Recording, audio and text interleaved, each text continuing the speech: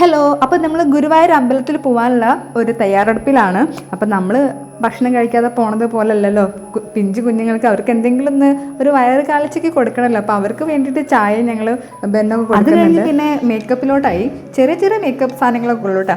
ഞാനത് എടുത്ത് വെച്ചപ്പോഴേ ഇതേ കണ്ടില്ലേ, പെൺപിള്ളേരായത് കൊണ്ടായിരിക്കും അതിലോട്ടൊരു അട്രാക്ഷനായിട്ട് ഓടി വന്നിട്ടുണ്ട്. പിന്നെ അതെല്ലാം കഴിഞ്ഞ് ഞങ്ങൾ ഇതേ പോകാനുള്ള തയ്യാറെടുപ്പിലൊക്കെ ആയി എല്ലാവരും ഒന്ന് റെഡിയായി സെറ്റായി വന്നു.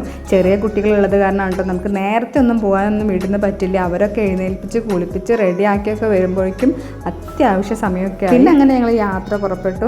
എല്ലാവരും ഒരുമിച്ചുള്ള യാത്ര അതൊരു രസം തന്നെയാണ്. ശരി, ഇത് ഏകദേശം ഞങ്ങളിത് മമ്മിയൂരൊക്കെ എത്താറായിട്ടോ. ഞങ്ങളവിടെ ഇതുവരെയ്ക്ക് ശരിക്കും പറഞ്ഞാൽ ഞാൻ മമ്മിയൂർ കയറിയിട്ടില്ല. ഇതുപോലെ പോണ സമയത്ത് അവിടെ നിന്ന് പ്രാർത്ഥിക്കാമെന്നല്ലാതെ അതിൻ്റെ ഉള്ളിലേക്ക് കയറിയിട്ടില്ല കേട്ടോ.